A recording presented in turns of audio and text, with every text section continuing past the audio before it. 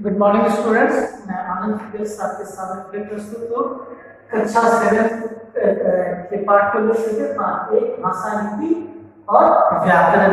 और जहाँ तक तो हम लोगों ने पढ़ चुका था कि भाषा किसे कहते हैं, भाषा के बारे में, भाषा के दो रूपों के बारे में और उसमें सांकेतिक भाषा के बारे में मैंने बताया था। और उसके दो रूपों में मौखिक भाषा और लिखित भाषा के बारे में भी हम लोग जान चुके थे। बहुत सारे उदाहरण को भी हम लोगों ने पढ़ा था। और अंततः हम लोग पढ़े थे कि सांकेतिक भाषा के बारे में। आज हम लोग पढ़ेंगे मातृभाषा। मातृभाषा, मातृ का अर्थ आप जानते हो, मातृ का अर्थ है माँ, और भाषा की जैसा कि आप पहले से भी जान चुके हो। तो माता को कहा जाए कि माता के मुख के द्वारा, माता के मुख के द्वारा निकली हुई भाषा जिसमें या परिवार के कुछ सदस्य उस भाषा को क्या करते हैं, बोलते हैं, उसे ही मातृभाषा कहते हैं। अगर आप अपनी किताब में देखें तो आप जानोगे कि हम बचपन में अपने घर में जिस भाषा को बोलना सीखते हैं उसे मातृभाषा कहते हैं। अर्थात हम कह सकते हैं कि माता के मुख के द्वारा निकली हुई भाषा को हम, जिसे हम क्या करते हैं, अपनाते हैं, उसे ही मातृभाषा कहते हैं। आपकी किताब में दिया गया यह भी कि प्रत्येक व्यक्ति की मातृभाषा अलग हो सकती है ना। जैसे हमारी यहाँ पर हम लोग बोलते हैं, हिंदी बोलते हैं, बहुत सारे जगह पर भोजपुरी बोलते हैं, है ना, तो बंगाली बोलते हैं, तो उनकी मातृभाषा वो होती है। गुजरात में जन्मे व्यक्ति की मातृभाषा गुजराती होगी, रूस में जन्मे व्यक्ति की मातृभाषा रूसी होगी। अब हम आते हैं राष्ट्रभाषा। राष्ट्रभाषा, राष्ट्र के बारे में आप जानते हैं, राष्ट्र देश, मुल्क जिसे हम लोग कहते हैं। तो जिस भाषा को किसी देश के अधिकांश निवासी बोलते एवं लिखते हैं तथा समझते हैं, वह देश की राष्ट्रभाषा कहलाती है। जैसे सभी देशों की अपनी अपनी राष्ट्रभाषा होती है। जैसे जापान की राष्ट्रभाषा क्या होगी, जापानी।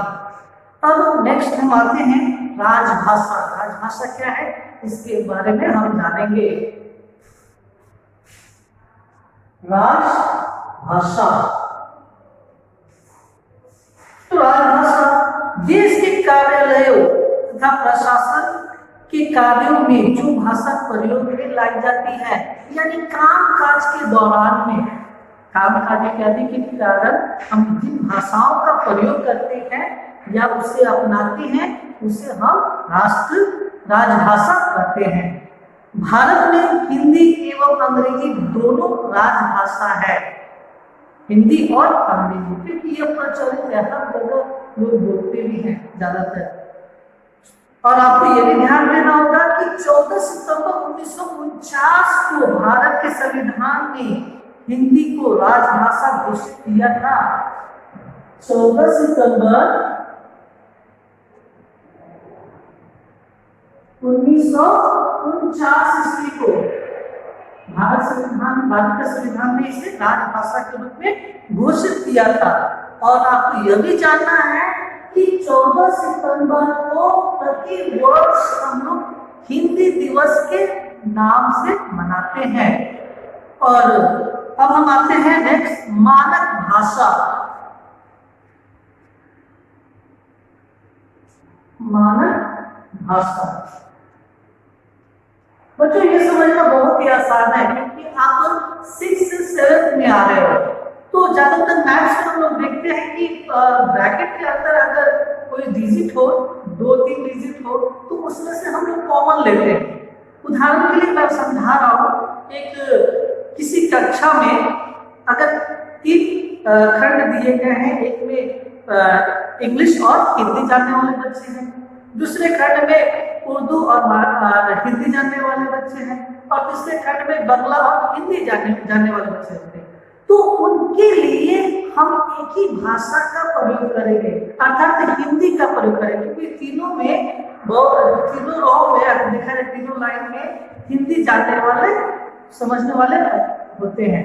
तो इसमें हम एक रूपता बनाए रखेंगे।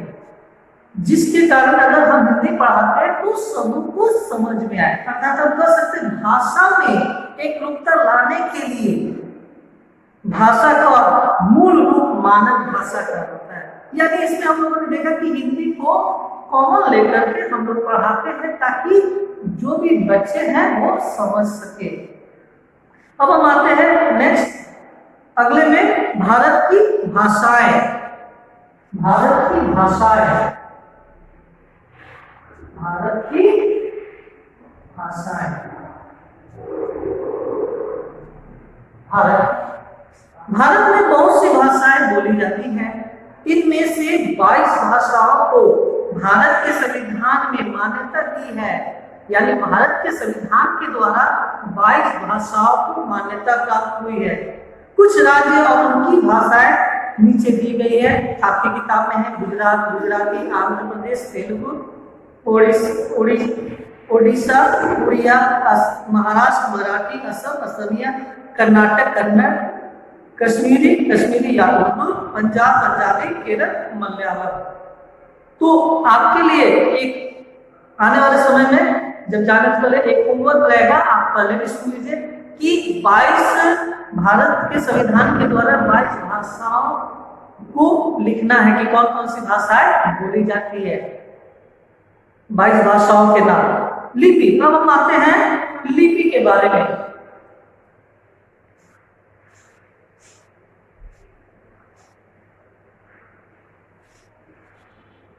लिपि,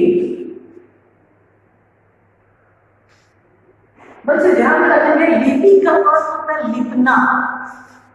लिपना, आप देखते होंगे कि गांव में बहुत सारी महिलाएं जो होती है टोकरी में ले जाकर के गोबर लाती है और अपने आंगन के, घर के आंगन में गोबर छिड़क करके क्या करती है, उसे लिपती है। यही लिपना। या छोटे से बच्चे को एक स्लेट दे दिया जाए और पेंसिल दे दिया जाए तो वो क्या करेगा, ऐसे ऐसे ऐसे ऐसे, तो वो भी क्या कहलाता है, लिपि ही कहलाता है। तो लिपि का शाब्दिक अर्थ होता है लिपना। लिपि अर्थ है लिपना। लिपि का अर्थ हम कहते हैं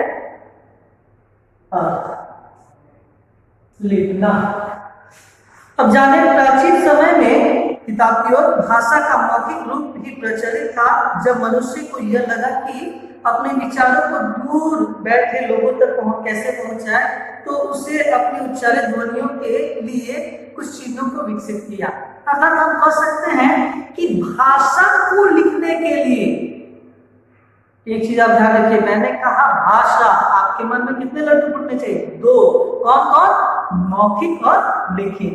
तो भाषा को लिखने के लिए हम जिन चिन्हों का प्रयोग करते हैं उसे हम लिपि कहते हैं।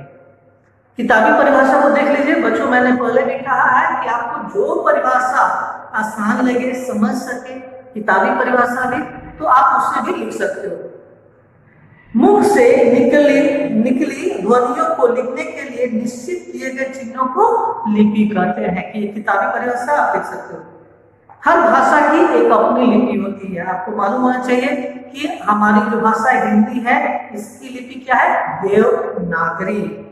और हम देखेंगे संस्कृत की भी लिपि क्या होती है, देवनागरी। किताब में देवनागरी लिपि हिंदी और संस्कृत के अतिरिक्त नेपाली, बोडो, डोगरी और मराठी भाषाओं की लिपि भी है। रोमन लिपि में अंग्रेजी के अतिरिक्त जर्मन और फ्रेंच भाषाएं भी लिखी जाती है।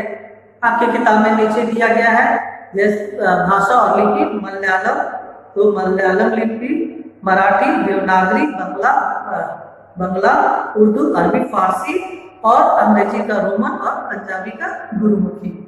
तो बच्चों मैं कुछ होमवर्क देता हूँ। सबसे पहले आप ध्यान रखोगे, आप लिखोगे मातृभाषा किसे कहते हैं, मातृभाषा किसे कहते हैं। दूसरा प्रश्न है राजभाषा, राजभाषा किसे कहते हैं।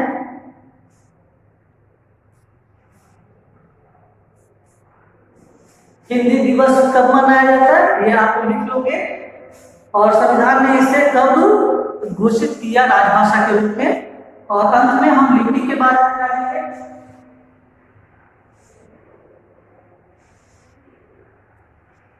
लिपि किससे करते हैं?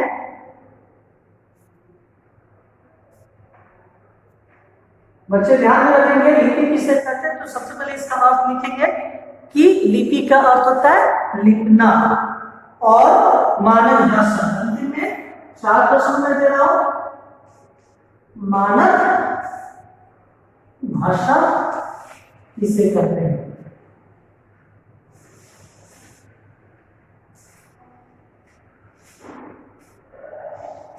बच्चे क्या करेंगे, ये सवाल को अपनी कॉपी में लिख लेंगे। आज के लिए हम इतना ही पढ़ेंगे। तब तक के लिए आप इस चैनल को सब्सक्राइब कीजिए, अपने दोस्तों में शेयर कीजिए।